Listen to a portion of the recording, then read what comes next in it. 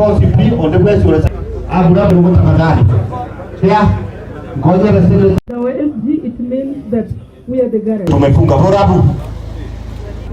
Wamilete chubiri wanapiga tukaya hapa. Hello. Don't radicalize the country to a point where you can't manage it. Because ukisukuma watu sana, watu wakifika kwa wall, hata wewe mwenyewe huwezi kujua yale watafanya. Since 2024 mpaka saa hii, wananchi have banned 13 police stations in the country. Ghadhabu na hasira ya wananchi kwa sababu ya hii maneno. Na wakubwa wa serikali waelewe.